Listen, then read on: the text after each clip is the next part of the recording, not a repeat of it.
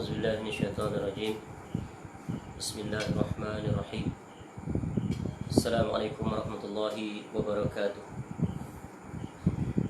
إن الحمد لله نحمده ونستعينه ونستغفره ونعوذ بالله من شرور أنفسنا ومن سيئات أعمالنا. من يهده الله فلا مضل له ومن يضلل فلا هادي له. أشهد أن لا إله إلا الله وحده لا شريك له وأشهد أن محمدا عبده ورسوله. يا أيها الذين آمنوا اتقوا الله حق تقاته ولا تموتن إلا وأنتم مسلمون. يا أيها الناس اتقوا ربكم الذي خلقكم من نفس واحدة وخلق منها زوجها وبث منهما رجالا كثيرا ونساء واتقوا الله الذي تساءلون به والأرحام إن الله كان عليكم رقيبا.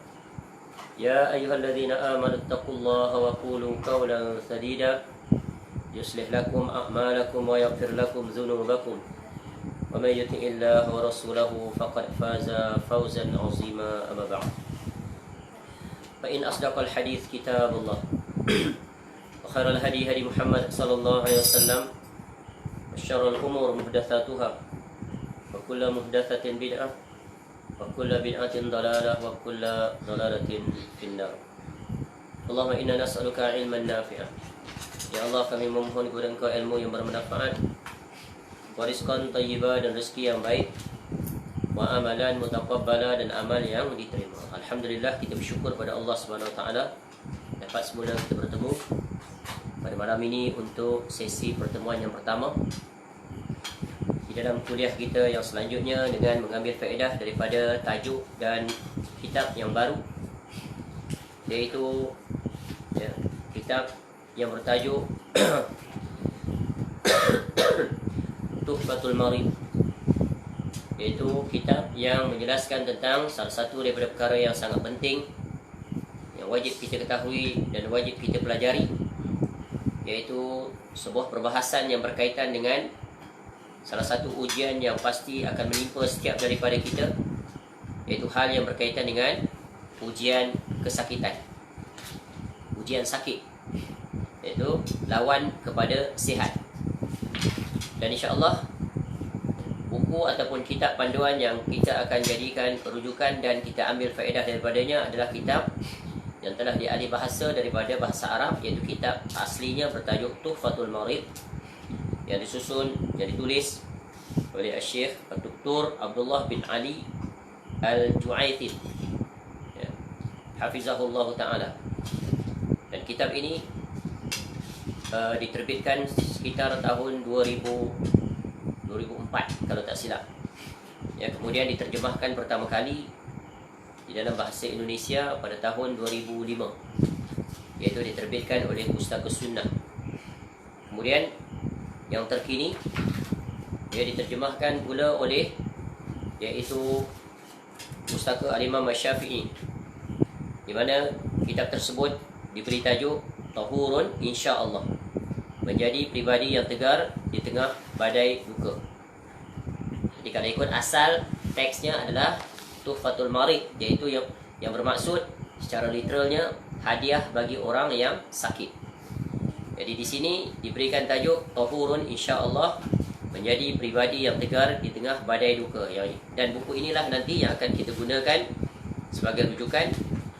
Kemudian di dalam sela-sela penjelasan, maka sesekali kita akan lihat dan rujuk kepada teks aslinya jika ada sesuatu yang terjemahannya yang barangkali sulit untuk difahami kerana ianya ada dalam bahasa Indonesia, tapi secara keseluruhannya berdasarkan buku ini bahasanya insya-Allah boleh kita fahami. Baik, sebelum kita memasuki penjelasan tentang hal yang berkaitan perbahasan yang terkandung di dalam kitab Tuhfatul Marid ini, ada baiknya kita memulakan dengan pengenalan. Pengenalan sebagai mukadimah sebelum masuk di dalam mempelajari dan mengambil faedah daripada kitab yang besar sekali faedahnya kepada kita. Yang pertamanya, kenapakah kitab ini dipilih dan kenapa tajuk ini dipilih? Sebabnya adalah sekurang-kurangnya ada 5 sebab. Dan sebab ini semuanya kembali kepada hal-hal yang telah Allah Ta'ala nyatakan di dalam Al-Quranul Karim. Kemudian dinyatakan juga oleh Nabi SAW di dalam banyak hadis-hadis Nabi SAW. Ya. Di dalam Al-Quranul Karim kita akan temui beberapa ayat di mana Allah Ta'ala menjelaskan kepada kita tentang hakikat kehidupan, bahawa hidup ini adalah ujian. Ya, hidup di dunia ini adalah ujian. Life is a series of tests. Hidup ini adalah siri-siri yang berterusan, di mana Allah Ta'ala menguji kita. Kerana memang di dunia ini adalah tempat ujian. Dan ujian itu adalah datang daripada dua jurusan. Ya, tidak lebih daripada itu, dua sahaja. Iaitu sama ada ujian itu datang dari jurusan kesenangan, iaitu berupa nikmat. Dan ini adalah perkara yang sangat disukai oleh manusia. Sama ada dia seorang Muslim ataupun sama ada dia seorang kafir. Ya, kerana kesenangan adalah sesuai dengan fitrah dan nafsu manusia. Kerana manusia dia sukakan kesenangan, dan nikmat merupakan sesuatu perkara yang sangat dialu-alukan. Tidak ada orang yang menolak nikmat. Ya. Contoh nikmat yang Allah kurniakan kepada setiap manusia yang hidup di dunia ini, tak kira dia Muslim atau kafir, Allah kurniakan di antara mereka nikmat, dikurniakan harta yang melimpah ruah, keturunannya ramai. Bukan saja ramai, bahkan berjaya dan bergaya. Ya. Dikurniakan kesihatan, ya, kesihatan yang berpanjangan. Sampai ada di antara mereka itu yang tak pernah merasa sakit. Kalau sakit pun sakitnya ringan. Yang mereka mati pun bukan disebabkan oleh sakit, tapi disebabkan oleh kematian yang datang secara tiba-tiba. Contoh, tiba-tiba dia terjatuh, dia langsung meninggal dunia. Atau dia berada di atas kenderaan dalam perjalanan untuk menuju ke destinasinya, dia dilanggar atau melanggar, atau dia terbabas, maka akibat itu dia meninggal. Ya, ada orang Allah kurniakan nikmat dengan kedudukan, pangkat, gelar, harta, kemasyhuran dan pelbagai lagi. Ya, profession kerja yang hebat. Dan banyak lagi nikmat-nikmat yang tak terhitung. Sebab itu Allah peringatkan tentang nikmat ini, wa in ta'uddu ni'matallahi la tuhsuha. Ke sini sikit. Ya. Jika kamu hitung nikmat-nikmat kurniaan Allah Ta'ala, tentu kamu tak akan dapat hitung. Ya, itu dari segi perspektif dunia. Adapun kalau kita lihat dari perspektif keimanan seseorang, sungguh nikmat yang paling agung dan mengatasi seluruh nikmat-nikmat itu adalah nikmat kita, Allah jadikan kita, Allah pilih kita sebagai seorang Muslim. Kemudian Allah atur kita, ya, dari satu masa ke satu masa kita mempertingkatkan keimanan dan ketakwaan kita kepada Allah. Inilah nikmat yang sangat agung, yang banyak manusia melalaikannya. Ya. Kemudian, ya, ujian dari jurusan yang kedua, yang ini yang paling tak digemari oleh semua manusia. Ya, boleh dikatakan semua manusia, kecuali orang-orang yang, ya, menjadi pilihan oleh Allah Ta'ala, iaitu kesulitan atau musibah. Ya, kesulitan, kepayahan hidup, musibah. Ya, dan biasanya perkara ini perkara yang tak disukai, perkara yang dibenci. Ya, apa saja musibah-musibah yang dihadapi oleh manusia sepanjang usianya, kita lihat sama ada itu menimpa diri kita, orang yang dekat dengan kita, atau orang yang jauh daripada kita. Seperti musibah kemiskinan. Berapa ramai penduduk dunia ini yang miskin, ya, fuqara wal masakin, sehingga bergantung kepada belas ihsan orang lain. Ya. Kemudian musibah dari sudut ketakutan. Berapa ramai orang yang hidup siang malamnya berada di dalam ketakutan. Ya, khususnya apabila keamanan tempat tinggalnya hilang. Seperti, ya, orang-orang yang tinggal di tempat-tempat di mana berlaku pertempuran, peperangan dan sebagainya. Negaranya kacau bilau dan seumpamanya. Sentiasa berada di dalam ketakutan. Ya. Ada orang ditimpa musibah kekurangan pada harta benda. Ya, dia tidak dikurniakan Allah harta benda, yang ada padanya hanya rumah sewa. Tidak ada tanah, tidak ada kebun, ya, tidak ada kenderaan dan pelbagai lagi. Rumahnya serba kekurangan. Tidurnya barangkali hanya berlapikkan dengan lantai simen yang tidak ada marmar di atasnya, ataupun berlapikkan tikar getah. Ya. Ada orang Allah uji dia dengan musibah, ya, pekerjaannya berada pada strata yang paling rendah dalam organisasi. Barangkali dia jadi cleaner, dia jadi pekerja ya, jadi driver dan sebagainya. Ya, ada orang, Masya Allah, Pangkatnya tinggi, CEO, manager, supervisor, line leader, ada jawatan. Ada orang tidak ada jawatan dan tak dipandang pun oleh orang. Itulah kebiasaan manusia. Ya. Ada orang Allah timpa dia dengan penyakit. Ya, timpa dengan penyakit. Dan ada yang ditimpa dengan penyakit yang ringan dan ada ditimpa penyakit yang berat. Ada ditimpa ujian dengan penyakit yang berpanjangan sehingga dia mati disebabkan oleh sakit tersebut. Dan ada ditimpa oleh sakit yang panjang tapi dia tidak mati di atas sakit tersebut. Ya. Ada orang diuji dengan sakit yang berat. Sepanjang usia dia berat sehingga membawa kepada kematian. Ada orang yang diuji dengan penyakit yang berat tapi dia mati bukan disebabkan oleh sakit tetapi disebabkan oleh perkara lain. Begitulah dia. Ya, putaran kehidupan seorang manusia di atas dunia. Dan inilah semuanya yang telah ditetapkan, ditakdirkan oleh Allah Ta'ala bagi setiap daripada kita. Maka apa yang berlaku itu semuanya adalah di atas takdir Allah. Dan sebab itulah wajib kita mengetahui bagaimanakah kita bersikap khususnya di dalam perbahasan ini. Hal yang berkaitan dengan musibah, ujian, sesuatu yang kita tak suka, yang menyebabkan segala gerak kerja kita, aktiviti kita terganggu, terhalang. Dan perbahasan khusus di sini adalah hal yang berkaitan dengan ujian sakit. Dan betapa banyak di lapangan kita melihat orang yang dekat dengan kita ditimpa dengan sakit. Khususnya kedua ibu bapa kita barangkali di antara mereka meninggal dalam keadaan diuji dengan sakit. Dan begitulah Allah Ta'ala telah memaparkan kepada kita episod-episod kehidupan manusia yang khusus yang berkaitan dengan diuji dengan sakit.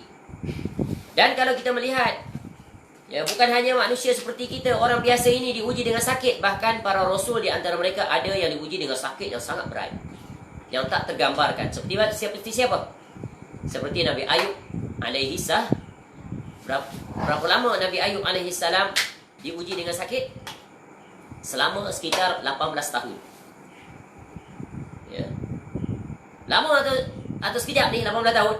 Lama, padahal dia seorang rasul, utusan Allah Ta'ala, yang menjadi teladan dan ibrah bagi kita bahawa rasul-rasul di antara mereka alaihi salatu wassalam diuji dengan sakit. Menunjukkan di antara sifat manusia, sisi pandang lemahnya manusia, ya, khuliqal insanu dhaif. Ya, manusia itu Allah ciptakan lemah. Apatah lagi ketika dia makin meningkat usia. Makin tua bukan makin kuat. Makin tua makin lemah. Bahkan makin tua makin mudah untuk terdedah untuk menghadapi risiko sakit. Kerana dirinya sudah tidak boleh lagi bertahan. Antibodinya sudah tidak kuat kalau dari sudut biologinya. Kecuali orang-orang yang menjadi pilihan Allah Subhanahu Wa Taala. Cuba lihat. Nabi SAW di penghujung usianya yang membawa kepada kewafatan Nabi SAW pun diuji dengan sakit. Ketika mana Nabi SAW kembali daripada Hujjatul Wada, iaitu pada bulan Zulhijjah, kemudian pada bulan-bulan seterusnya, ya, pada bulan Muharram, Safar, ya, kemudian masuk pada bulan Rabiul Awal, maka Nabi SAW mula sakit. Ya, sakit apakah yang dihadapi oleh Nabi SAW? Allah uji, Allah takdirkan Nabi SAW sakit kepala yang amat sangat, kepanasan, sehingga kita pernah menyebutkan perkara ini, ya, di dalam kitab Syama'il Al-Muhammadiyah yang telah berlalu penjelasannya. Bagaimana Nabi SAW, ya, betapa sakitnya kepala Nabi SAW, ya, demam panasnya sehingga Nabi SAW ikat kepalanya dengan kuat untuk mengurangkan rasa sakit. Bahkan sehingga Nabi SAW meminta kepada Aisyah radhiyallahu anha, isterinya, agar meruqyah Nabi SAW dengan membaca surah 3 kul tu, ya, Al-Mu'awwaz tu, ya, 3 surah. Qul huwallah, qul a'udzu birabbil falaq, dan qul a'udzu birabbin nas. Sehingga pada penghujung usia Nabi SAW, ya, Nabi SAW merasa sangat berat, sangat kepayahan, ya, dan begitulah yang telah kita jelaskan, ya, ketika mana kita memerihalkan tentang, ya, pada penghujung usia Nabi SAW, ya, sehinggalah, ya, kewafatan Nabi SAW, ya, bagaimana Nabi SAW, ya, menjelaskan betapa sakitnya yang sangat berat. Namun Nabi SAW menjelaskan tentang, ya, bagaimana ketika saat yang kritikal itu Nabi SAW menunjukkan betapa bergantungnya Nabi SAW kepada Allah Subhanahu Wa Taala. Ya, di mana Nabi SAW di penghujung usianya itu, ya, memasukkan tangannya ke dalam air dan mengusap kepalanya dan berkata, tidak ada Tuhan yang berhak diibadahi melainkan Allah. Sesungguhnya kematian itu memiliki tanda-tanda. Ya, kemudian Nabi SAW menggabungkan tangannya dan berkata bersama teman-teman yang tinggi, hingga beliau SAW pun meninggal dan tangannya pun terkulai jatuh di atas ribaan pangkuan isterinya yang tercinta, yaitu Aisyah radhiyallahu anha. Masya Allah. Inilah kisah. Jadi dengan membaca kisah-kisah ini menjadi teladan kepada kita bagaimana untuk kita berinteraksi dengan ujian kesakitan. Kerana apa? Apabila seseorang itu diuji dengan kesakitan, kita akan lihat, ya, bagaimana seseorang itu ketika berinteraksi dengan sakit. Kita akan lihat manusia itu berbeza-beza di dalam berurusan dengan perkara tersebut. Sebab itulah betapa pentingnya dan kenapa kita memilih tajuk ini. Di antaranya seperti yang telah kita sebut di awal tadi, iaitu disebabkan oleh 5 perkara. Rasionalnya, kenapa? Ya, kita berbincang dan menjelaskan, insya-Allah mengambil beberapa siri yang agak panjang untuk kita menyelesaikan penjelasan yang termaktub di dalam kitab ini. Jadi yang pertamanya, kenapa kita memilih tajuk, iaitu dengan mengambil kitab daripada kitab Tuhfatul Marid, iaitu bekal atau hadiah bagi orang sakit. Yang pertama, kerana tajuk ini sangat relevan dan berkaitan dengan kita. Kerana pasti di antara kita pernah atau akan diuji dengan sakit. Barangkali dulu kita pernah diuji oleh Allah Ta'ala dengan sakit.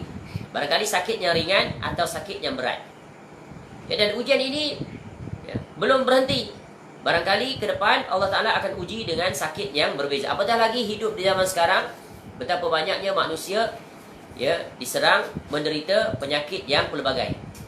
Di zaman sekarang pelbagai penyakit-penyakit, sehingga orang-orang muda masih dalam usia belia sudah diserangi dengan penyakit yang pelbagai. Penyakit yang terkenal seperti apa? Seperti diabetes, kencing manis, blood pressure, high pressure, darah tinggi. Apa lagi? Sakit jantung. Apa lagi? Obesity. Macam-macam sakit. Dan yang terkini Allah hantar sakit apa? COVID-19. Sehingga bukan orang biasa saja yang diserang, bukan orang tua saja yang diserang, bahkan beberapa ulama, Masya Allah, juga diserang dan mereka meninggal dunia. Beberapa orang ulama meninggal akibat COVID-19, dan ada di antara mereka yang sedang diuji dengan sakit tersebut. Masya Allah.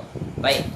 Jadi yang pertamanya kerana tajuk ini sangat relevan. Barangkali sekarang kita sihat, belum pernah diuji dengan sakit. Tapi bila kita diuji oleh Allah Ta'ala dengan sakit, bagaimanakah kita bersikap? Ini persoalannya, bagaimanakah kita bersikap? Baik. Yang keduanya adalah agar sesiapa sahaja yang diuji dengan sakit dapat memposisikan dirinya, mempersiapkan dirinya, meletakkan dirinya sesuai dengan aturan syariat. Dengan itu, bakal Allah Ta'ala kurniakan dia pelbagai keutamaan. Dia akan meraih keutamaan menerusi ujian sakit. Inilah dia istimewanya kita sebagai umat Islam, iaitu sebagai umat yang Allah muliakan kita dengan dinul haq. Sehingga dalam urusan sakit pun, ketika mana kita berinteraksi sesuai dengan tuntutan syariat, maka ianya akan mendatangkan faedah bagi kita. Walaupun secara zahirnya seseorang itu melihat seolah-olah dia itu sedang berada dalam situasi hidupnya terseksa, seolah-olah hidupnya tertekan, seolah-olahnya macam didera. Itu secara zahirnya kalau melihat dari segi perspektif orang-orang yang tidak beriman. Tapi dari perspektif orang yang beriman, Allah Ta'ala menjelaskan bahawa ujian sakit itu sebenarnya baik bagi yang diuji, dengan syarat-syaratnya. Dan itulah dia nanti akan dijelaskan di dalam kitab ini, Tuhfatul Marid. Yang ketiganya, kenapa kita mempelajari bab ini? Kerana dapat mengelakkan diri kita apabila diuji dengan sakit daripada berputus asa, tidak redha, hilang sabar, sehingga membawa kepada tindakan ataupun sikap ataupun cara berfikir yang dilarang oleh Allah Subhanahu Wa Taala.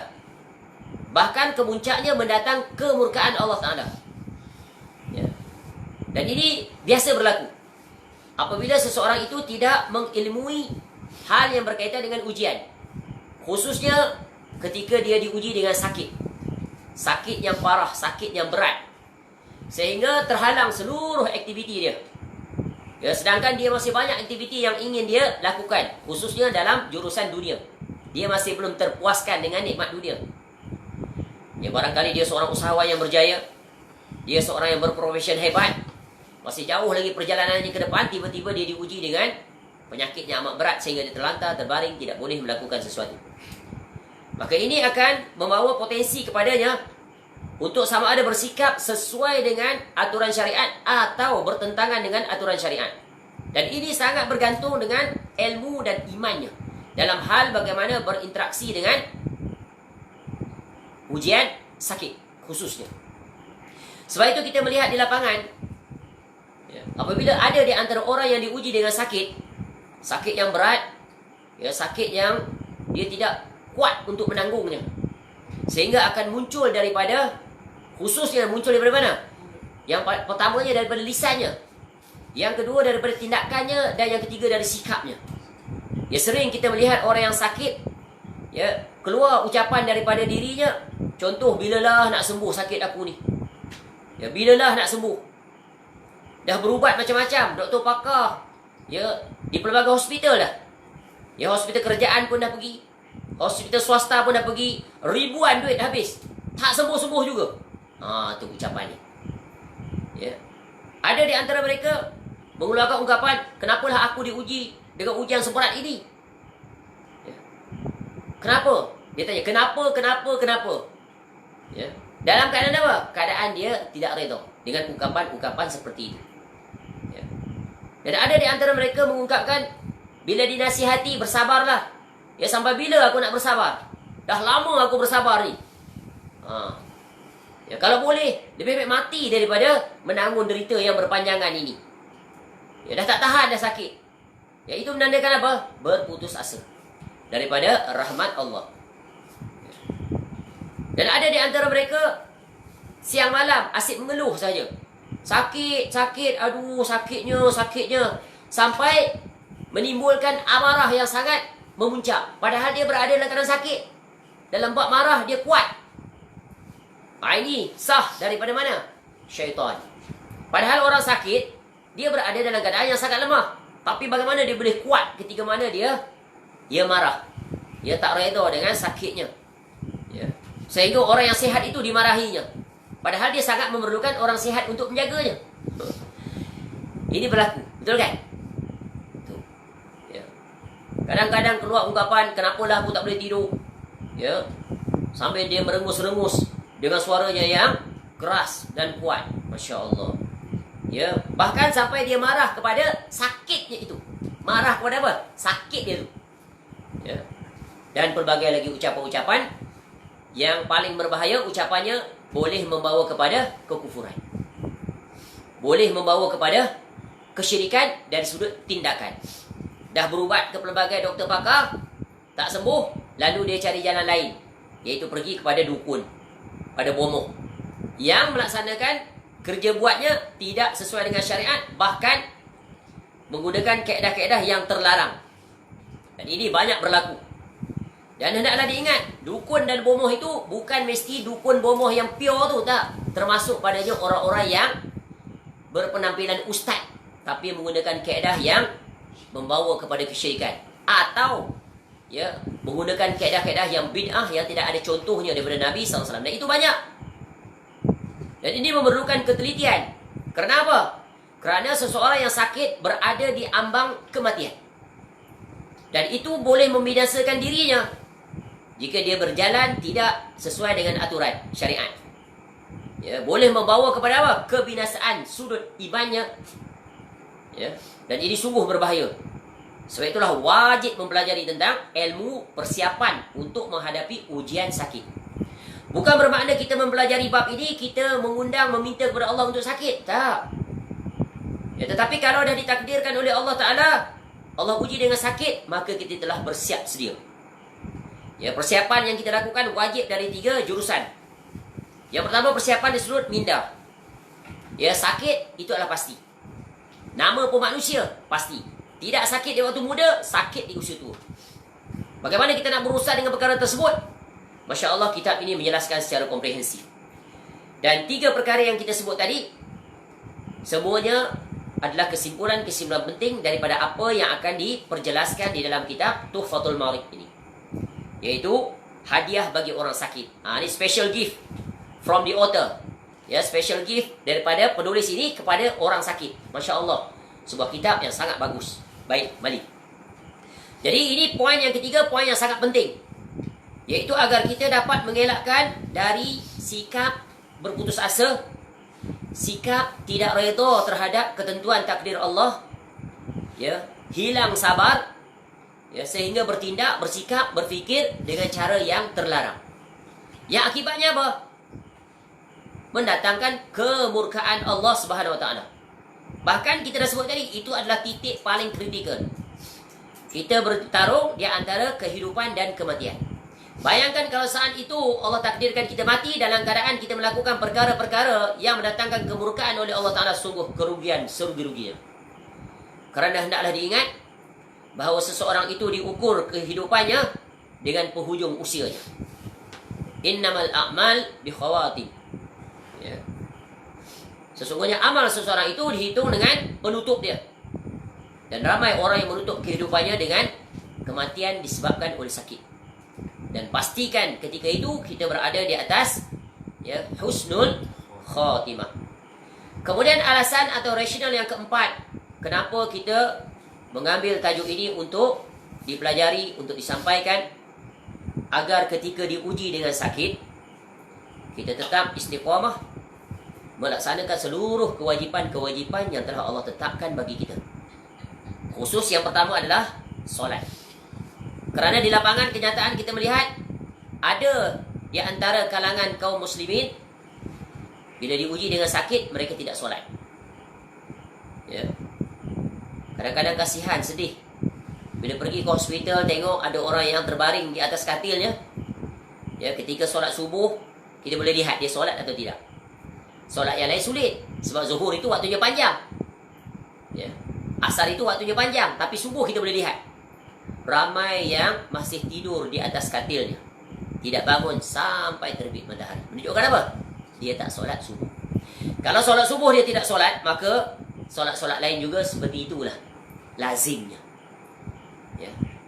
Ketika mana dia itu diuji oleh Allah Ta'ala, yang di antara faedah ujian itu nanti kita akan lihat pada bab yang pertama dan yang kedua. Dalam bab yang pertama adalah sebagai salah satu daripada peringatan Allah. Seolah-olah begini, Allah hantar surat tanda kasih cintanya Allah Ta'ala pada hamba-Nya dengan mendatangkan sakit untuk mereka kembali mengingati Allah. Ketika mana Allah mengingatkan mereka tentang sakit, tiba-tiba mereka tetap berada di dalam kelalaian dan kealpaan, ya, masih tetap meninggalkan ketaatan kepada Allah, maka sungguh ini satu musibah yang sangat, ya, menakutkan, mengerikan. Dan ini di antara tanda-tanda kerugian bagi seseorang. Wal'iyazbillah. Jadi, ya, rasional yang keempat, agar ketika diuji dengan sakit, kita tetap istiqamah melaksanakan kewajipan-kewajipan yang telah ditetapkan oleh Allah Ta'ala. Iaitu apa? Solat. Adapun kewajipan yang lain boleh ditangguhkan.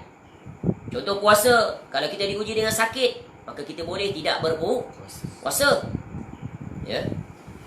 Maka solat inilah yang banyak, ya, dialpakan, dilalaikan. Padahal waktu dia sihat, dia solat. Tapi bila diuji dengan sakit, dengan bermudah saja dia tidak solat. Bayangkan kalau dia mati dalam keadaan demikian. Barangkali di antara puncanya salah pemahaman. Ada di antara mereka ketika ditanya, kenapa pakcik tak solat? Saya sakit, kotor badan ini, nanti saya sihat, saya akan qada. Ini adalah pemahaman yang sangat salah. Ya.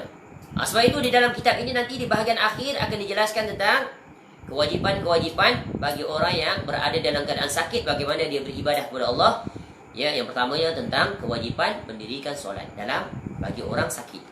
Sebab itu ilmu itu penting. Ya. Kemudian agar ketika diuji dengan sakit, ya, dia tetap ingat kepada Allah.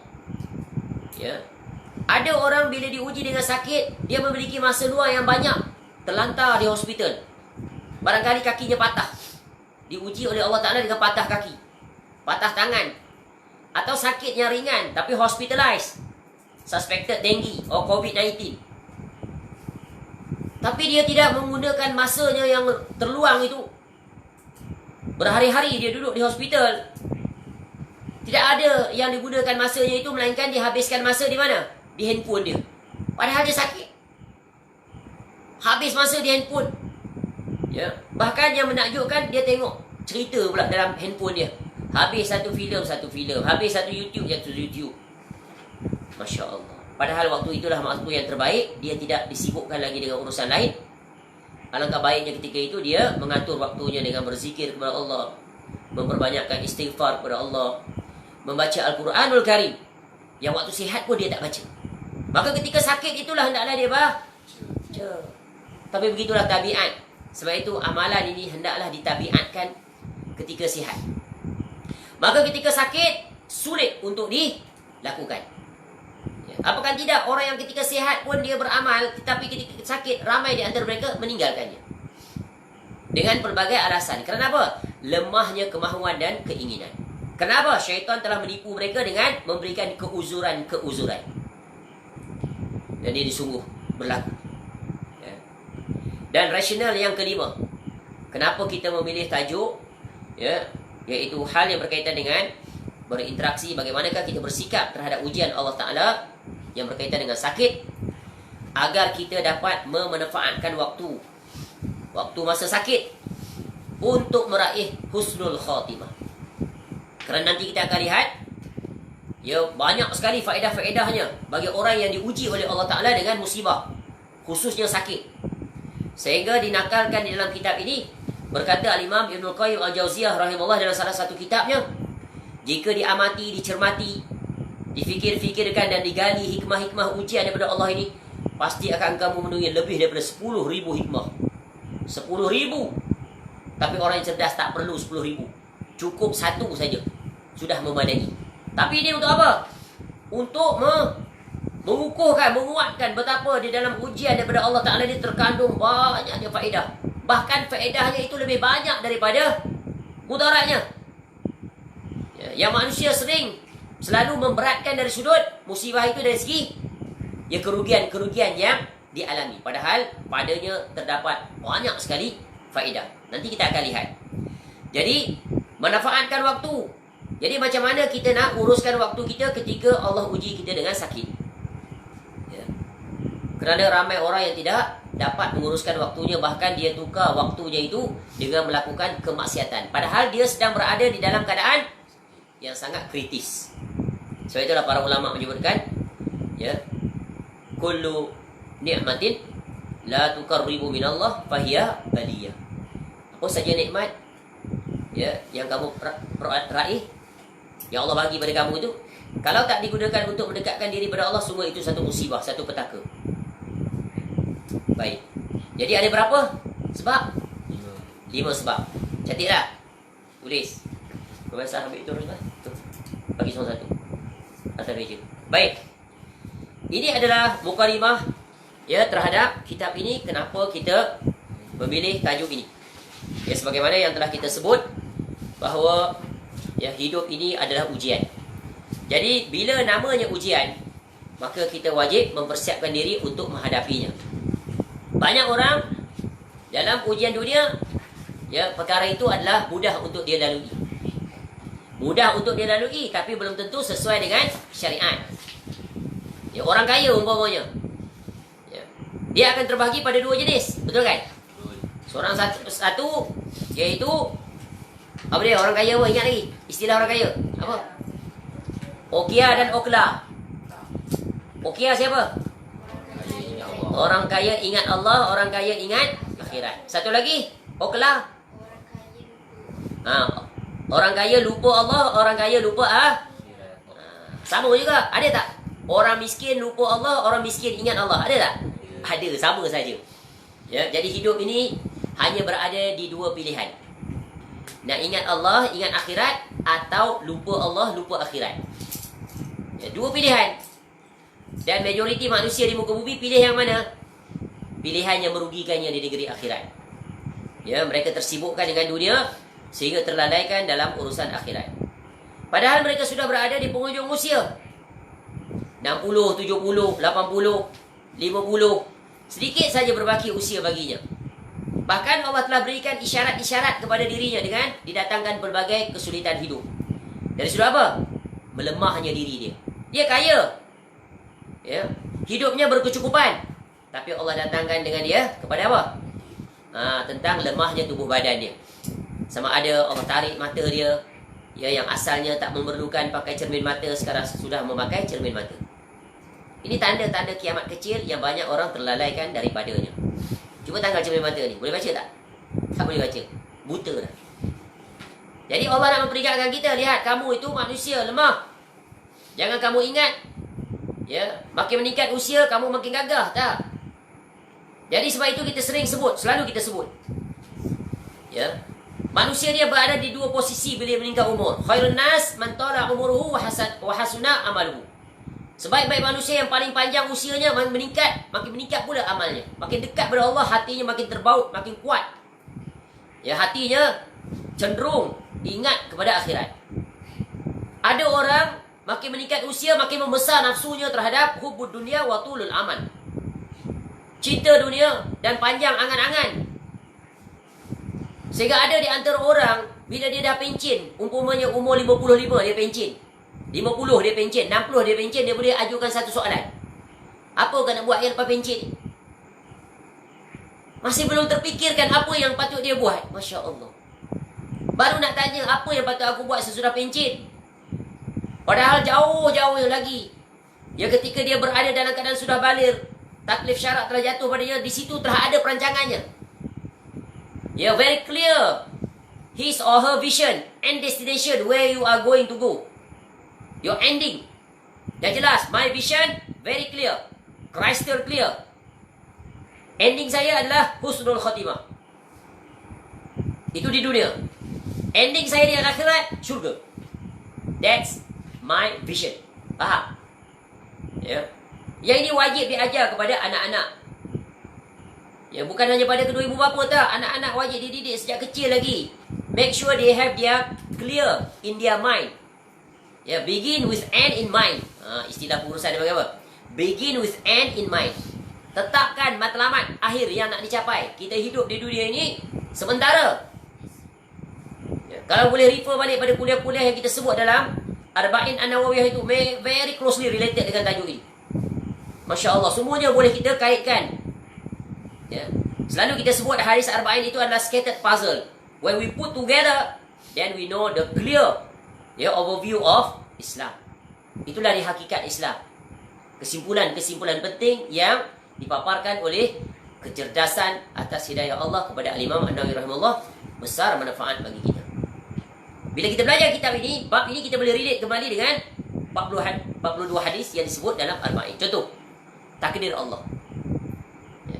Bila kita diuji dengan kesulitan, kita boleh closely related dengan hadis yang menyebutkan tentang takdir. Ya, tentang 40 hari. Ingatlah itu.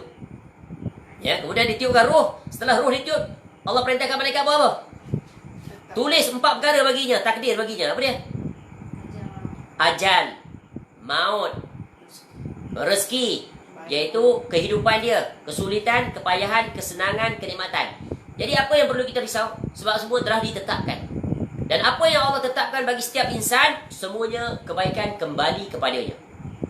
Sebab itu nanti kita akan lihat di dalam kitab ini, di awalnya, ya, pengarang Hafizahullah Ta'ala, ya, pada bab yang bahagian yang kedua, mendatangkan satu hadis Nabi SAW yang sering kita baca, yaitu ajaban li amril mu'min, inna amruhu kullahu khair wa laysa zaka li ahadin illa lil mu'min.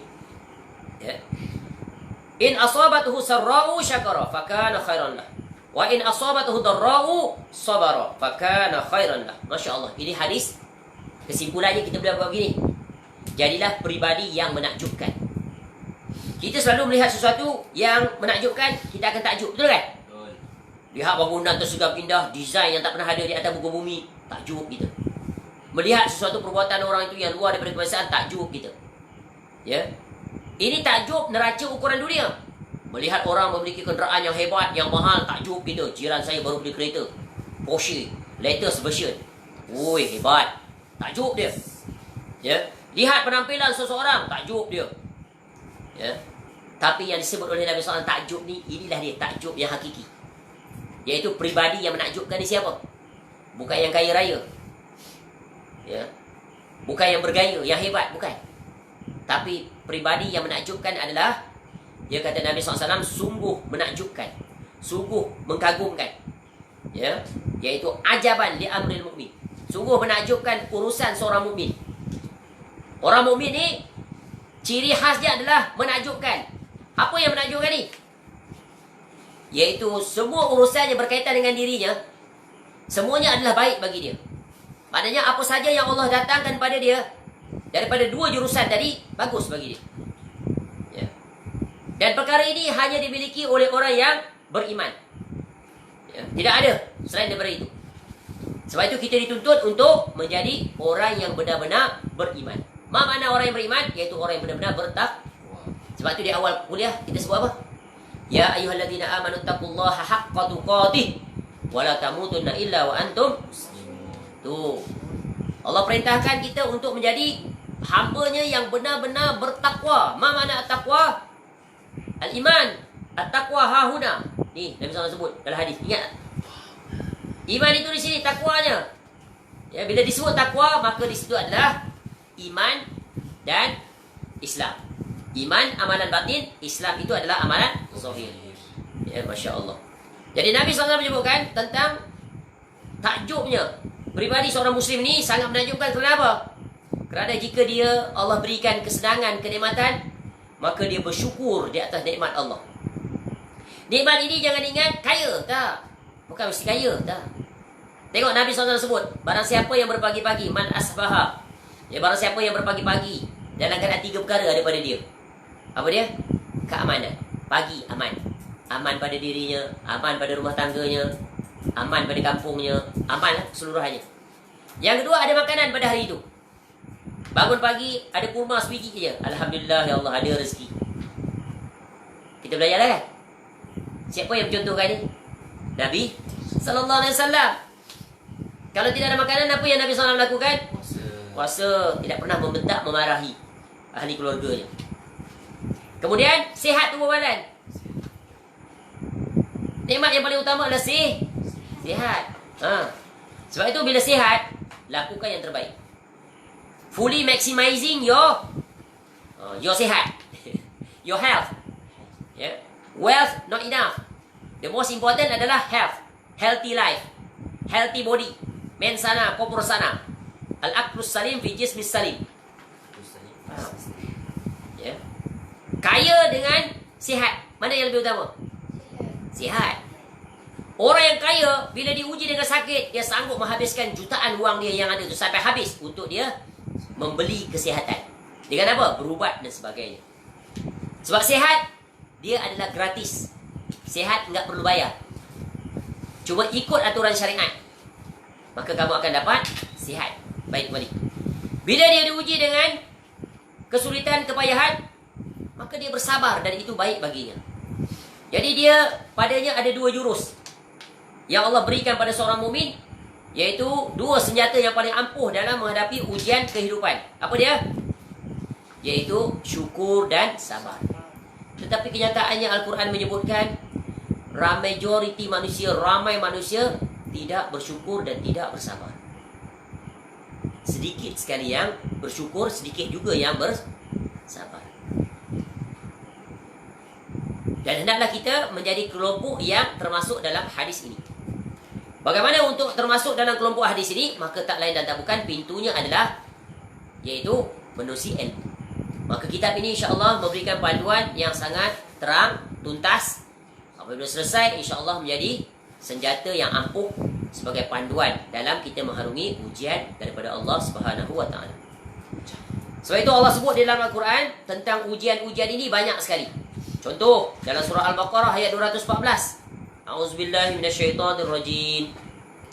Subhanallah, baca ayat ini. Am hasibtum an tadkhulul jannah أعوذ بالله من الشيطان الرجيم أم حسبتم أن تدخلوا الجنة ولما يأتكم مثل الذين خلوا من قبلكم مستهم البأساء والضراء وزلزلوا حتى يقول الرسول والذين آمنوا معه متى نصر الله ألا إن نصر الله قريب. Ataukah kamu mengira bahawa kamu akan masuk syurga, padahal belum datang kepadamu cubaan seperti yang dialami oleh orang-orang yang terdahulu sebelum kamu. Mereka ditimpa kemelaratan, penderitaan, dan digoncang dengan berbagai cubaan. Sehingga Rasul dan orang-orang yang beriman bersamanya berkata, bilakah datangnya pertolongan Allah? Ingatlah sesungguhnya pertolongan Allah itu sangat dekat. Surah Al-Baqarah ayat 214. Sebenarnya banyak lagi ayat-ayat yang semakna dengan ini yang nanti kita akan lihat di dalam kitab ini pada bahagian yang kedua. Baik. Jadi mempelajari hal yang berkaitan dengan sakit merupakan kewajipan. Kenapa? Kerana demi untuk menjaga keselamatan kita ketika kita diuji dengan sakit, agar segala tindak tanduk kita, sikap, perbuatan, cara pemikiran tidak bercanggah dengan syariat. Agar dengan itu kita akan meraih pelbagai faedah, pelbagai kebaikan yang dipersiapkan oleh Allah Subhanahu Wa Taala untuk orang-orang yang diuji dengan musibah, ujian, sakit. Sebagaimana yang telah kita sebut tadi, sehingga berkata Al-Imam Ibnu Qayyim Al-Jauziyah rahimahullah, jika dirundungi terhadap seluruh ujian-ujian, musibah yang didatangkan oleh Allah Subhanahu Wa Taala, maka pasti akan ditemui lebih daripada 10,000 hikmah. Kita baca teks yang disebut oleh Ibnu Qayyim Al-Jauziyah rahimahullah ini, nanti kita akan lihat dalam bahagian yang kedua. Apa kata beliau rahimahullah? Seandainya kita berusaha menggali hikmah yang terkandung dalam ciptaan dan perintahnya, niscaya akan kita temukan lebih daripada 10,000 hikmah.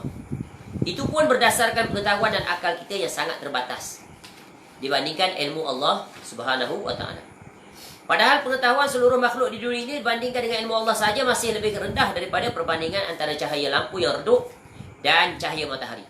Seperti itulah gambarannya, dan sungguh hikmah Allah Ta'ala melebihi semua itu. Masya Allah. Baik. Jadi ini adalah di antara paparan awal sebagai mukadimah terhadap kitab yang akan kita masuk perbahasannya insya-Allah esok setelah solat subuh. Tetapi sebelum itu kita berikan sedikit gambaran tentang kitab ini. Barangkali yang mengikuti kuliah ini tidak memiliki kitabnya, dan boleh didapatkan kitab itu, cuba bertanya kepada Pustaka Bushra, atau bagi yang menguasai bahasa Arab boleh download kitabnya bertajuk Tuhfatul Marid. Banyak dalam internet, PDF file. Kalau tuan-tuan download kitabnya macam ni, Tuhfatul Marid. Baik. Jadi kitab terjemahan ini diberi tajuk iaitu Tahurun insya-Allah. Baik, ini pun kita telah letakkan paparannya di dalam maklumat dalam Facebook tersebut, iaitu Tahurun insya-Allah menjadi pribadi yang tegar di tengah badai duka. Ini bahasa secara explanation supaya kita lebih memahami tajuk itu. Ataupun kalau literal tadi Tuhfatul Marid itu bermaksudnya apa? Hadiah bagi orang yang sakit. Berita gembira. Berita gembira itu busyra.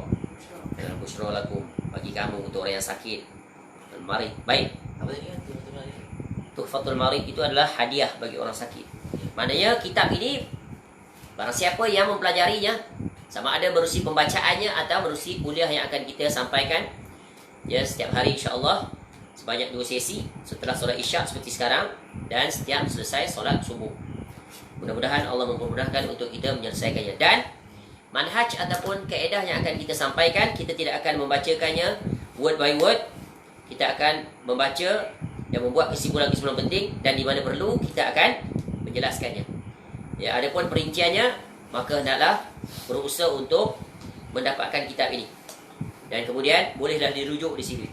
Walau bagaimanapun, saya telah membuat ringkasan, ringkasan terhadap seluruh tajuk-tajuk utama di dalam kitab terjemahan ini, dalam bentuk mind mapping seperti ini. Boleh print, dah di-attachkan di dalam pemakluman dalam Facebook tersebut. Print, And then we can refer here. Ya, sekarang kita akan jelaskan, beri gambaran, kesimpulan ataupun ringkasan-ringkasan penting untuk mendapat ya overview. Ya, gambaran secara umum tentang apa yang dipaparkan di dalam buku atau kitab ini untuk kita pelajarinya pada kuliah-kuliah akan datang. Baik. Kitab ini adalah terjemahan daripada Tuhfatul Maghrib. Ya, dan kitab ini tidak menterjemahkan, iaitu kata pengantar daripada pengarang kitab ini. Jadi dia tidak terjemahkan. Dia takdim daripada pengarang ini tidak diterjemahkan. Yang ada adalah pengantar penerbit. Baik, itu yang pertama. Yang keduanya, ya, kitab ini terjemahannya disusun dalam bab-bab. Kemudian di bawah tajuk itu heading ada subheading. Jadi lebih mudah untuk difahami. Kalau yang teks aslinya dia mengikut tajuk-tajuk. Jadi bagusnya terjemahan ini adalah dia mengklasifikasikannya kepada 7 bab yang utama. Yaitu di mana bab yang pertama adalah di bawah tajuk selalu ada kebaikan. Jadi tak ada dalam bahasa Arabnya. Tapi dia letak di bawah tajuk selalu ada kebaikan. Tapi sebelum tu saya pun dah buat ringkasan dalam susunan sendiri. Tapi setelah melihat buku terjemahan ini, maka kita pakai yang terjemahan ini. Ya. Jadi dia kelompokkan tu lebih mudah. Baik, kalau melihat kepada mind mapping itu, yang ringkasannya adalah diambil daripada kandungan ataupun daftar kitab ini. Di mana pada bab yang pertama di bawah tajuk selalu ada kebaikan. Jadi dalam bab ini dibahagikan kepada 5 bahagian yang akan dibahaskan. Iaitu bahagian yang pertama, iaitu tentang ujian adalah sunnatullah. Kalau dalam teks Arab dia kata sunnatullah, tapi dia terjemahkan di sini ujian adalah garis takdir setiap orang. Ini prinsip yang paling penting. Iaitu pertamanya apa? Nak menanamkan akidah, iaitu beriman tentang takdir. Ya, sebab beriman kepada takdir ini tidak diperbahaskan secara tuntas. Kita tidak mempelajarinya secara komprehensif. Kalau ditanya takdir pada orang awam, mereka pun tak boleh jawab.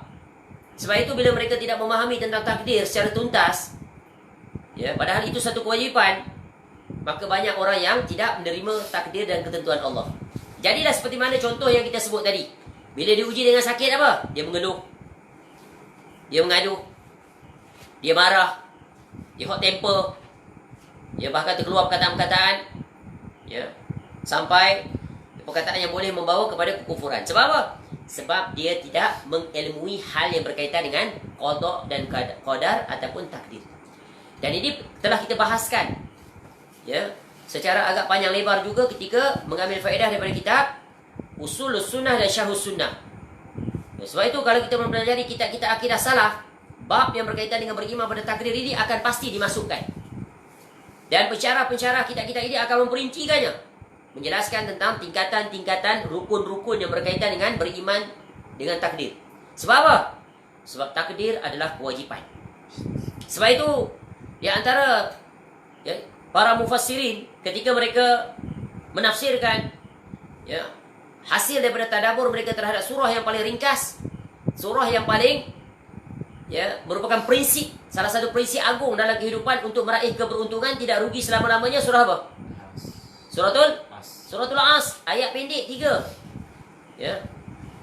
Surah yang paling pendek 3 ayat. Ada beberapa surah 3 atau 4, yang ayatnya 3 saja. Ya, sehingga berkata Imam Asy-Syafi'i rahimahullah tentang Suratul As, "Lau ma anzalallahu hujjatan ala khalqihi illa hazihi surah lakafathu." Ya. Sekiranya Allah Taala tidak menurunkan Al-Quran ini seluruhnya 114 surah kecuali surah ini satu, ini saya cukup bagi kamu. Apa maknanya? Maknanya bukan maknanya dari sudut apa? Yaitu barang siapa yang memiliki padanya 4 perkara, maka dia akan menjadi orang yang beruntung. Tajam tak ni? Pemerhatian dan tadabbur serta kefahaman seorang yang faqih, ya, iaitu Al-Imam Asy-Syafi'i rahimahullah. Barang siapa yang ada 4 ni, maka untunglah dia. Di dunia dia beruntung, di akhirat apatah lagi dia meraih keberuntungan. Iaitu pertama dia beriman, beramal soleh, sentiasa berwasiat, berpesan-pesan kepada dan berwasiat-wasiat kepada kesabaran. Dalam bab yang keempat inilah sabar. Dijelaskan oleh Al-Imam Ibnul Qayyim Al-Jauziyah rahimahullah, sabar itu ada pada 3 jurusan. Yang pertama, sabar di dalam tulis, menung. Sabar dalam melakukan ketaatan kepada Allah. Contoh, duduk dalam majlis ilmu perlu kesabaran tak? Perlu. Jajak tengok jam, jajak tengok jam. Ya, bila nak berhenti? Contoh. Ya, sabar bertahun-tahun belajar. Walaupun tak faham, tetap bersabar. Tok Guru selalu pesan, jangan risau kalau kamu tak faham sekarang. InsyaAllah ke depan kamu akan faham. Sekarang kamu just receive the input. Just thought in your brain. Masuk saja semua. Fully loaded. Ya, dan otak manusia sungguh menakjubkan. Never overloaded. Space ni tak pernah pun overloaded. Ya. Underloaded ada. Ya, kosong space tak isi. Sebab apa? Dengar kuliah dengar teranga mulut. Ya, jasad ada dalam kuliah. Tapi minda tu dah terkebang kata dah. Nampak bilik tidur nak tidur. Ya. Jauh berjalan dia. Iaitu Allah jadikan minda kita ni unlimited, borderless. And yet the sky is not the limit. Ya, boleh tembus kata-kata. Betul kan? Akal manusia ni dia boleh pegang. Fikir pergi berada menerawang dia, mengelamun dia. Ya. Jadi bersabar jurusan yang pertama perintah, iaitu dalam melaksanakan ketaatan. Apatah lagi ketika meningkat usia makin tua. Allah tarik nikmat banyak, tak boleh berdiri lama. Sakit lutut, sakit pinggang, sakit leher, sakit bahu. Ya, imam pula baca surah panjang pula. Allah, panjang pula imam ni. Sabar, sabar. Dan memang dalam melakukan ketaatan, kesabaran sangat dituntut. Orang-orang yang sabar sahajalah yang berjaya. Yang kedua, iaitu bersabar dalam meninggalkan larangan Allah. Sabar nak buat, sabar, tak jadi. Tinggal maksiat Allah perlukan mujahadah tahap tinggi. Sebab nak jatuh ke dalam maksiat ni sangat mudah, khusus di zaman sekarang. Dan yang ketiga ini berkaitan dengan tajuk yang sedang kita mulai mempelajarinya. Apa dia? Bersabar terhadap takdir Allah. Takdir yang mana? Yang nikmat ke yang musibah? Musibah. Bersabar terhadap nikmat Allah tu dari jurusan mana? Dari jurusan bukan nikmat tu, tapi bagaimana memanfaatkan nikmat tu. Banyak orang terbabas. Bila diuji dengan nikmat, dia lalai dan alqa daripada taat kepada Allah. Bahkan dia menggunakan kemewahan hidup dia untuk melakukan kemaksiatan, pelanggaran-pelanggaran terhadap perintah Allah. Ini musibah. Jadi ingat, nikmat boleh bertukar menjadi musibah jika tidak diurus sesuai dengan tatanan syariat. Ya. Jadi yang ketiga ni adalah di antara perkara yang sulit, iaitu bersabar dengan ketentuan takdir Allah Ta'ala, khususnya dari jurusan musibah. Dan salah satunya adalah hal yang berkaitan dengan sakit. Ya, sakit. Jadi sebab itu kita lihat di lapangan ramai orang yang diuji dengan sakit. Akhirnya mereka tewas. Mereka gagal. Ya, dan itu menjadi sempadan dan panduan bagi kita untuk tidak jadi seperti itu. Kasihan di ujung usianya ketika diuji dengan sakit, dia melakukan pelanggaran-pelanggaran, bahkan mengundang kemurkaan Allah. Dan ketika itu usia sebegitu, sulit dah untuk kita menasihati. Kenapa di usia tua sulit? Kerana tabiat itu dah jadi tabiat dia, dah jadi habit. It's very difficult. Sebab tu bahasa Inggeris kata apa? Bad habit die hard. It's very difficult for you to change, provided Allah bagi hidayah, Allah pilih, Allah selamatkan dia. Barangkali asbab kita barangkali nak nasihat sulitlah, tak berbekas, dia kebal. Barangkali ketika kita nak nasihat dia, barangkali Allah dah tarik nikmat banyak pada dia sehingga dia tak boleh mendengar nasihat kita. Contoh, matanya dah tak boleh melihat. Dulu waktu mata dia boleh melihat, kita nasihat dia, bacalah Quran, bacalah kitab-kitab. Jangan habiskan masa di usia tua di depan TV. Sungguh ini tanda-tanda su'ul khotimah. Tanda yang sangat jelas, mengkhawatirkan. Ketika usia dah 70, masih duduk membincangkan drama bersiri. Ya, pengulas paling hebat. Habis masa sampai tengah malam. Yang menakjubkan, dia tertipu dengan amalannya. Isnin puasa, Khamis puasa. Solat tak pernah tinggal. Tapi habis masa pula dia disqualified pahala amalnya itu dengan melihat perkara-perkara yang maksiat di kaca TV. Kemudian dia mengulas pula drama tu segini, macam seolah-olah dialah pelakonnya di dalam siri itu. Dialah aktornya. Kasihan. Ya.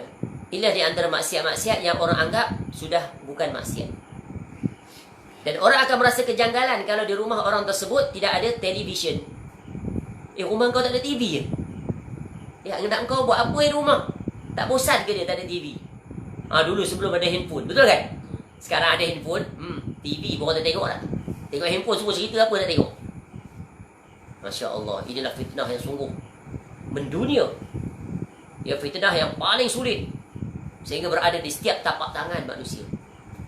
Apatah lagi mak ayahnya pula endorse anak dia, bagi seorang satu handphone dan diberikan kebebasan, tak ada langsung aturan dan peringatan. Tak salah bagi handphone pada anak, tapi yang salahnya apa? Tak berikan guideline. Ingat ni, mesin ni penjana dosa, penjana pahala. Mesin ni boleh membawa ke syurga, boleh membawa ke neraka. Ni handphone ni, handphone. Dia tiket bagi kamu. Tiket kamu nak masuk syurga atau neraka dia kat tangan. Ingat.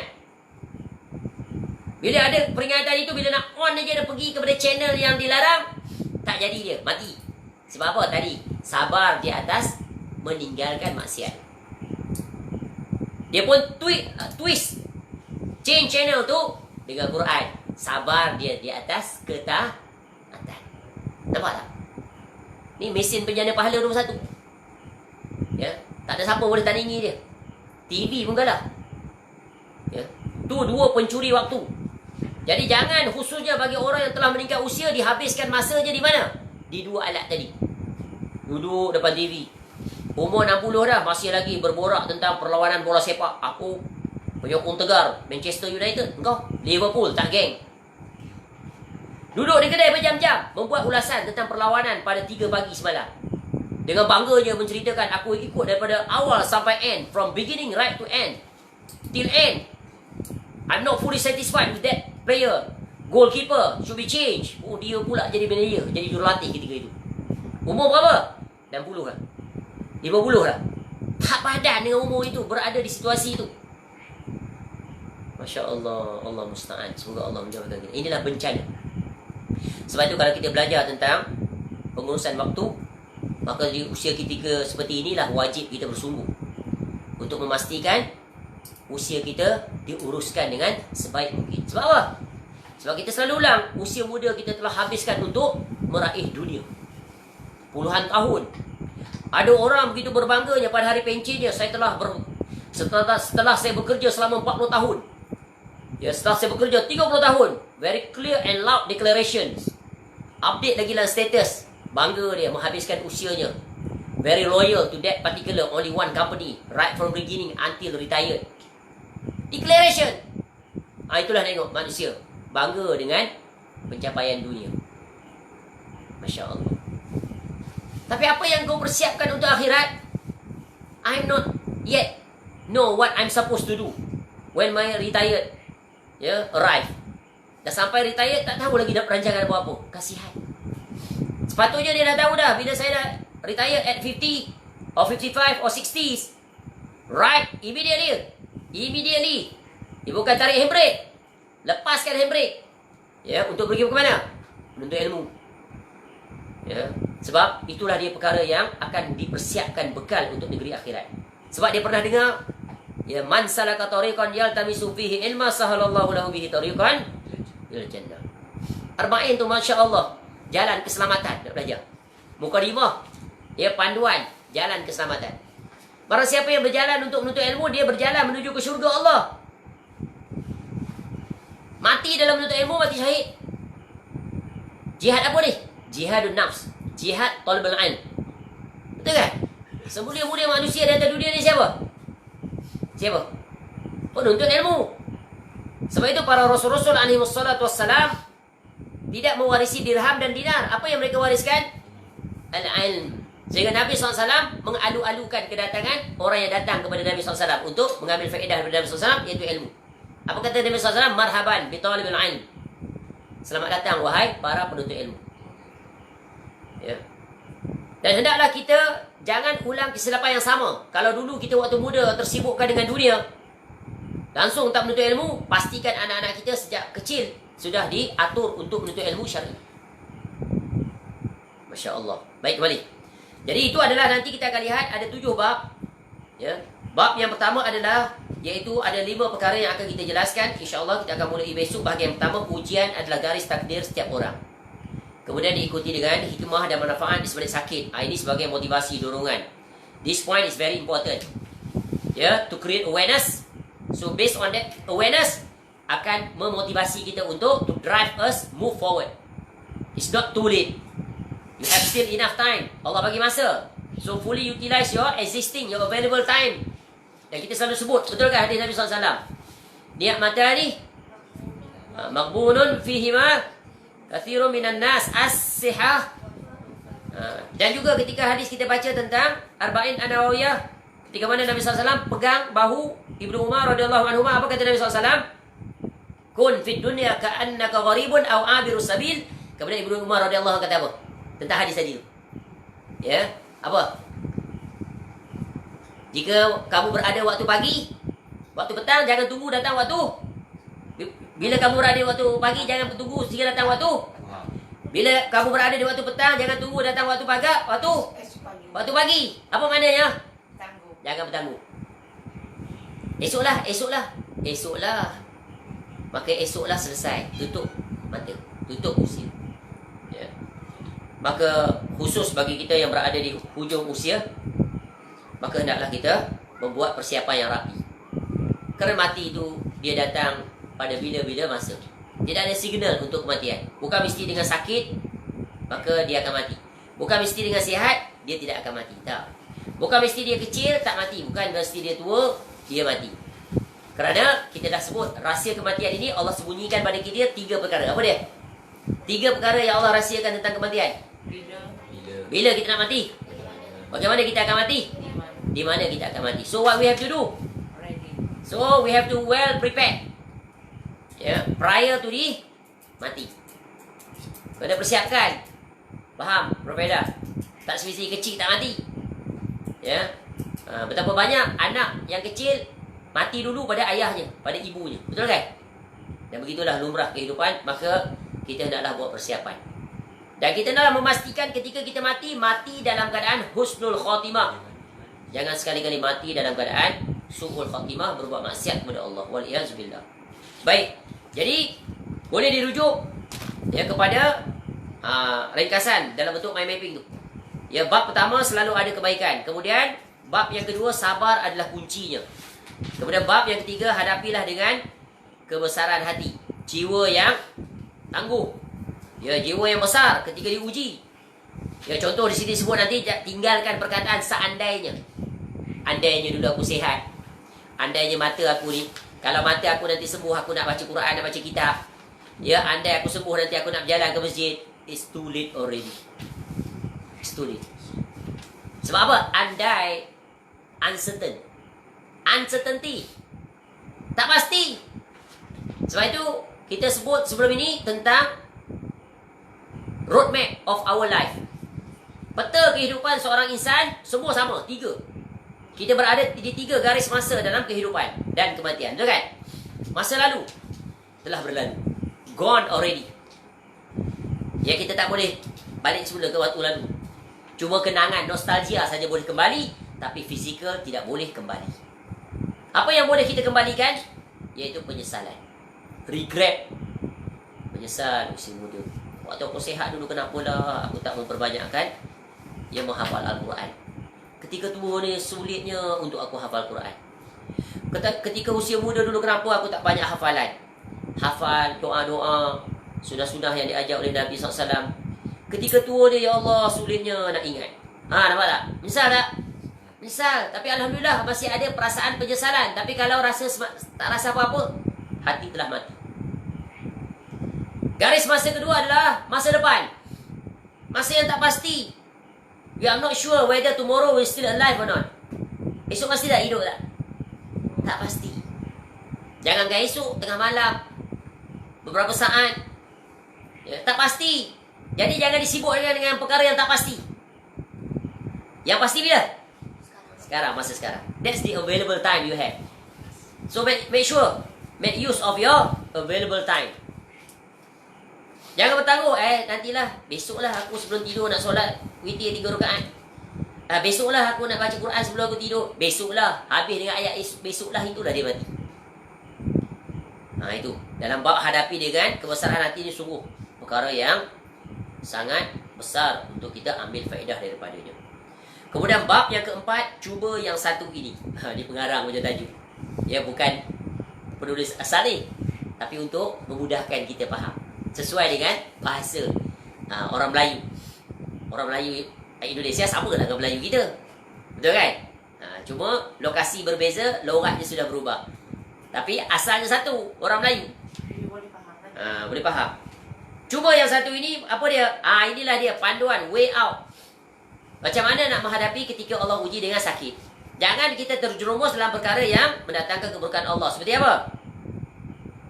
Seperti bila ditimpa sakit, pergi jumpa bomoh, jumpa dukun.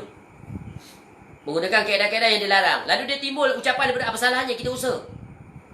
Ini hanya sebagai usaha kita. Usaha ni ada kaedah.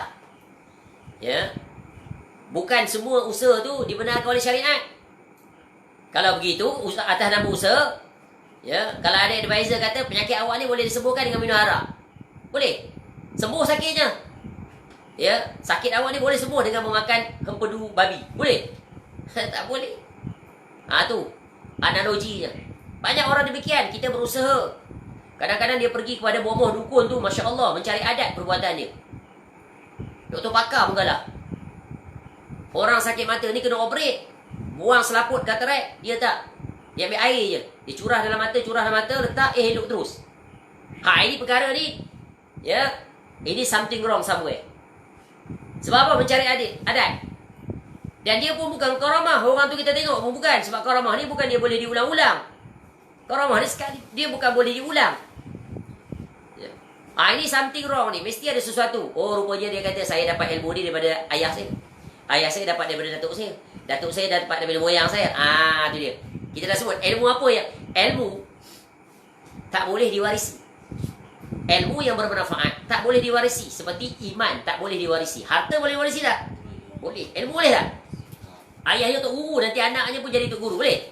Tak. Ilmu bita'allum. Ilmu tu dengan belajar. Jadi kalau ilmu seperti itu tadi, itu bukan ilmu belajar. Ilmu dapat berusia apa ni? Jin. Berpindah dia. Sebab dia ada aku janji. Jadi sah. Maknanya jin itulah yang menjadi pembantu dia. Dan untuk menjadikan jin itu sebagai pembantu dia, ada syarat-syarat dia. Ini kita akan temui bila belajar tentang ru'yah yang sesuai dengan syariat. Dijelaskan. Ya, Masya Allah. Nanti kalau ada perbahasan itu, kita akan jelaskan. Dan itu nanti akan disebut. Jadi kitab ini nanti pada bab yang, ini bab yang antara bab yang sangat penting. Sebenarnya, banyak orang bila ditimpa ujian, ya, dia pergi kepada dukun dan bomoh. Dan ini telah membatalkan akidah dia. Dan ini sungguh perkara yang sangat berbahaya. Kenapa? Kalau dia mati dalam keadaan dia tidak bertaubat pada Allah, nanti di negeri akhirat kekal selama-lamanya dalam neraka. Waliyahzubillah. Nanti akan datang penjelasan. Pengarang menjelaskan bab ini, bab yang sangat penting. Iaitu tentang larangan untuk pergi berjumpa dengan para dukun, para bomoh, ya, ahli sihir dan seumpamanya. Sebab itu nanti kita akan lihat, kita dah pernah sebut betapa Nabi SAW mengajar kita tentang kaedah apa? Bersabar. Tengok Nabi SAW bersabar tak? Nabi SAW wafat dengan sakitnya yang demam yang sangat panas. Padahal Nabi SAW seorang Rasul, boleh saja. Ya, mati dalam keadaan sihat. Kasih Allah lagi, penutup lagi. Ya.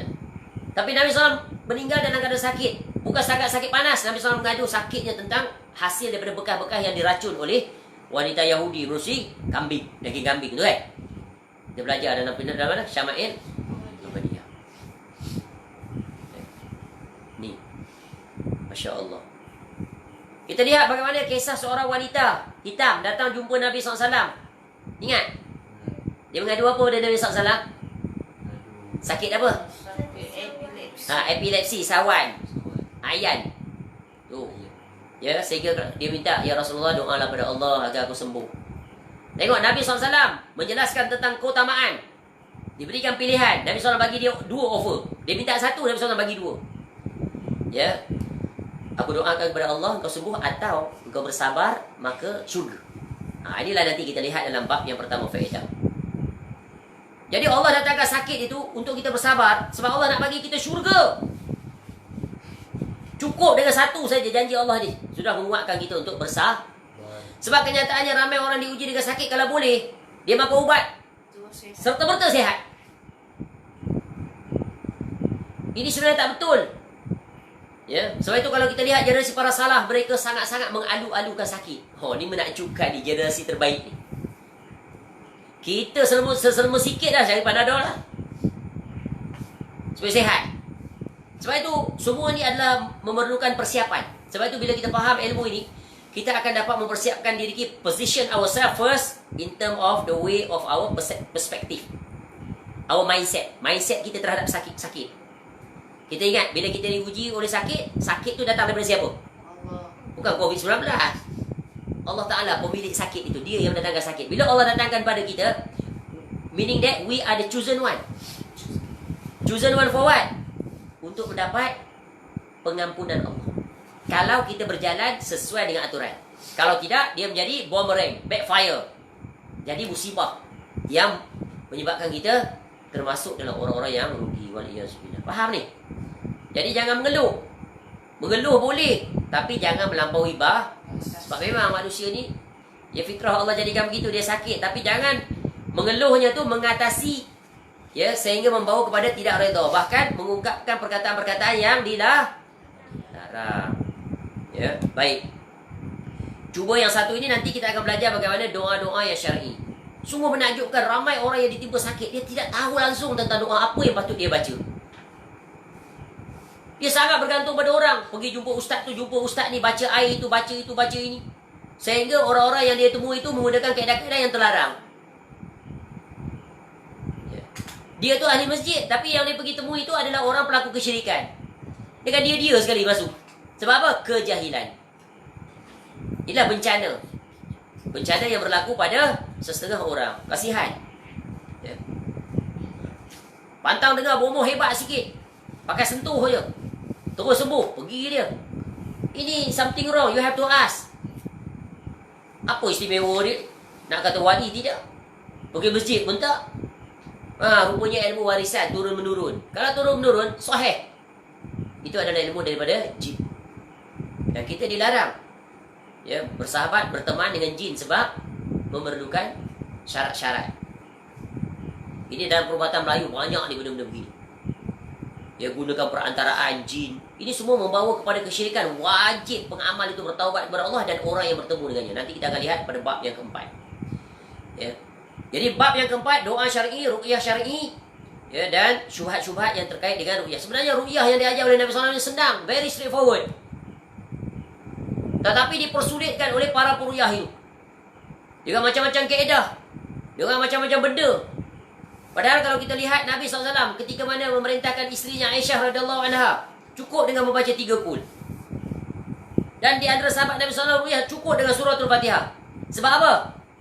Sebab jalan untuk mendapat makbulnya ruqyah itu adalah dengan tauhid. Sebab itu bila kita ingin merawat seseorang, diri kita atau orang lain, yang pertama adalah ceramah pada orang yang sakit itu. Pertama, betulkan akidahnya. Sakit daripada Allah. Yang menyembuhkan Allah. Ketika kamu berubat tak sembuh, bermakna Allah menangguhkan. Allah ingin memberikan kepada kamu tidak di sini tapi di negeri akhirat.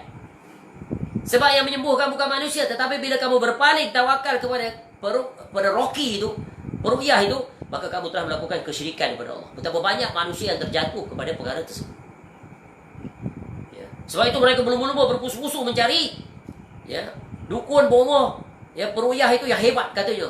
Ramai orang sembuh dengan dia. Dengan dia itu tertimpa fitnah, ujian. Dengan orang yang pergi padanya juga tertimpa ujian.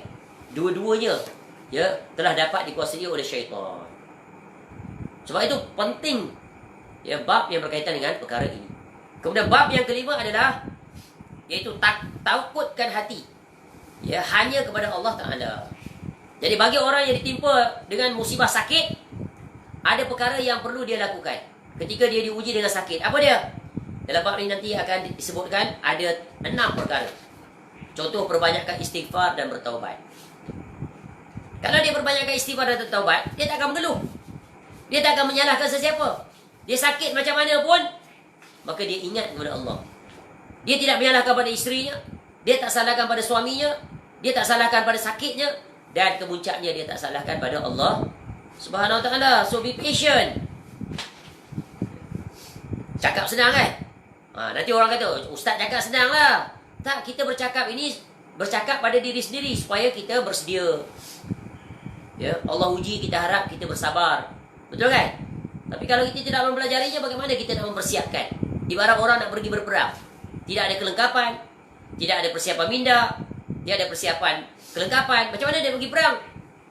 Ya, tentu sulit, tentu payah. Ya, kekalahan besar chances dia, risiko very high. Tapi kalau dia buat persiapan sedikit sebanyak, dia ada jurus-jurus untuk menghadapinya. Ya. Kemudian bab yang ke-6, ya, semua ya akan indah pada waktunya. Dia tak ada dalam teks Arab, tapi dibuat begitu. Tapi yang terkandung dalamnya ada semuanya. Iaitu apa? Ya, semua akan menjadi indah pada waktunya bagi orang yang sakit. Apa dia? Dari sudut pengurusan waktu. Kalau dia pandai mengurus waktu-waktu sakit, Masya Allah, life is very beautiful. That's the sign of good end of his or her life. Tanda-tanda kebaikan. Diuji dengan sakit, makin dekat dengan Allah. Diuji dengan sakit, makin banyak ingat daripada Allah.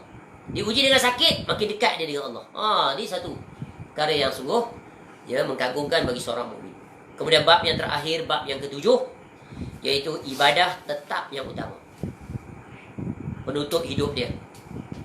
Iaitu dengan ada ilmu, dia tahu ketika dia diuji dengan sakit, tak boleh berwuduk, dia bertayamum.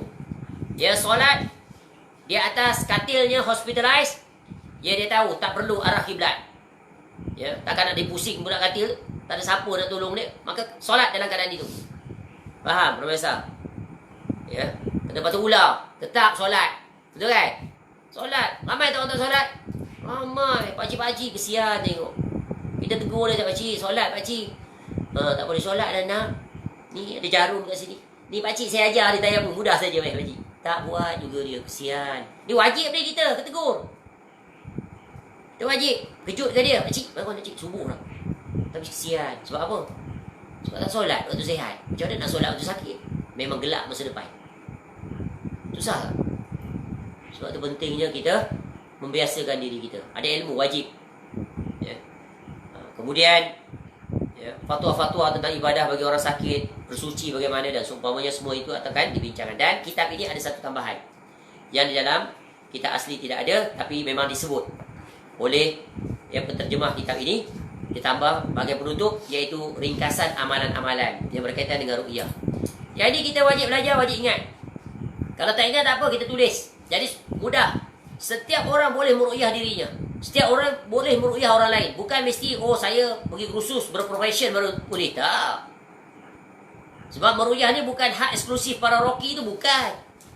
Inilah bila agama kita swastakan kepada orang lain. Ini masalah dia. Agama ni milik kita semuanya. Amalan-amalan yang diajar oleh Nabi SAW itu bukan khusus untuk orang tertentu. Tak. Semua sama. Tapi persoalannya kita tidak mau belajar. Sehingga kita bergantung pada orang lain. Ini kan mengurangkan tauhid. Bahkan boleh membawa rosaknya tauhid. Dan kita pernah sebut selalu, bila kita sakit, apa kita nak baca? Pegang diri sendiri. Betul kan? Baca. Kalau tak sembuh, sabar. Dapat pahala tadi. Buat terus. Menunjukkan apa? Ya. Allah Ta'ala mengetahui hamba-Ku memiliki rohnya. Dia sangat bergantung pada rohnya. Allah suka. Allah suka diminta-minta selalu. Allah tahan. Sebab apa? Allah nak bagi nanti di negeri akhirat. Allah nak bagi kita di penghujung usia dapat husnul khatimah. Sebab apa? Kita istiqamah di atas jalannya yang telah diajar oleh Nabi SAW. Baik, selesai sudah. Ya, sebagai mukadimah. Jadi menunjukkan betapa pentingnya kita mempelajari tentang fiqh yang berkaitan dengan sakit. Ya, dan kitab ini adalah salah satu kitab yang sangat bagus. Ya, dengan mempelajari kitab ini, insya-Allah kita akan dapat penjelasan secara komprehensif, tuntas. Dan barang siapa yang berjalan dengan apa yang dipelajari di dalam kitab ini, insya-Allah Allah akan kurniakan dia ya, jalan-jalan keselamatan. Dan itulah tujuan kita mempelajari kitab ini. Semoga dengan ini Allah berikan kita ilmu yang bermanfaat dan kita berjalan dengan ilmu ini. Dan ilmu itu, ingat, dia sebagai pembimbing, penunjuk jalan. Ya. Sama ada kita diuji oleh Allah Ta'ala dengan sakit, atau barangkali dengan ujian yang lain. Betul kan? Contoh di zaman sekarang ni, pada hari ini banyaknya Allah datangkan ujian. Cuba lihat daripada tahun lepas sampai tahun ini bersinambungan Allah timpakan ujian. Tengok ujian banjir. Nampak tak? Rumah tenggelam dan sebagainya. Bagaimana kita bersikap terhadap ujian tersebut? Ujian yang berterusan. Ada orang menyalahkan hujan lagi. Baru aja jemur kain, baru basuh kereta. Bila nak kering baju? Tak boleh ucapan-ucapan seperti itu. Ya, tahan lisan kamu. Ya, bersabar, bersyukur dengan nikmat hujan. Ya. Ada hikmah di sebalik itu. Ya. Asbab Allah turunkan hujan yang berterusan ni, asbab itu Allah akan flush away COVID itu. Mustahil tak? Tak mustahil. Bersih kawasan tu, betul kan? Dengan COVID dia flush away. Ya, dibasuh oleh air. Allah Ta'ala dia maha berkuasa, dia boleh melakukan apa saja kerana Allah fa'alul lima yurid. Wallahu a'lam. Mudah-mudahan bermanfaat untuk pertemuan yang pertama, insya-Allah. Panjang umur, semoga Allah menyampaikan kita. Untuk subuh besok kita akan masuk dengan bab yang pertama secara ringkas. Kemudian kita akan masuk langsung saja pada bab mukadimah yang paling sangat penting, memberikan dorongan faedah, iaitu tentang hikmah dan manfaat di sebalik ujian, imtihan wa ibtila. Ujian dan dugaan. Life is a series of imtihan wal ibtila, ujian dan cubaan. Nama pun hidup di dunia. Ingat, dunia ini adalah negeri ujian. Ya, negeri untuk kita berpayah-payah, bersusah-susah. Adapun akhirat adalah tempat untuk meraih, menikmati nikmat senikmat-nikmatnya. Tidak ada lagi ujian di negeri akhirat. Nikmat, Masya Allah. Jadi, bila kita fikir perkara tersebut, maka orang yang cerdas pasti akan menghadapi ujian-ujian itu untuk tempoh di dunia ini sementara saja. Ya. Kita usia Allah panjangkan 60 tahun, mati kita 60 tahun. Tapi kita akan meraih nikmat di negeri akhirat bukan 60 tahun. Ya, selama-lamanya khalidina fiha abada. Wallahu a'lam. Segala kebaikan semuanya kembali kepada Allah. Alhamdulillahilladzi bi ni'matihi tatimmus shalihat. Semoga Allah Ta'ala memberkati, memberikan kita istiqamah, membimbing kita, menjaga kita sehingga akhir hayat dengan akhir kalam la ilaha illallah, dengan itu dimasukkan ke dalam syurga bersama dengan Nabi sallallahu alaihi wasallam dan para ulama rabbani, para guru-guru, orang-orang yang banyak memberi manfaat kepada kita di dalam urusan dunia dan akhirat. Semoga nanti kita dapat bersama ma'alladzina an'amta alaihim minan nabiyyin was-siddiqin wasyuhada'i was-salihin wa hasuna ulaika rafiqa. Wallahu a'lam. Subhanakallahumma wa bihamdika asyhadu an la ilaha illa anta astaghfiruka wa atubu ilaik. Wassallallahu ala nabiyyina Muhammad wa ala alihi washabbihi wasallam. Wa akhiru da'wana alhamdulillahi rabbil alamin. Assalamualaikum warahmatullahi wabarakatuh.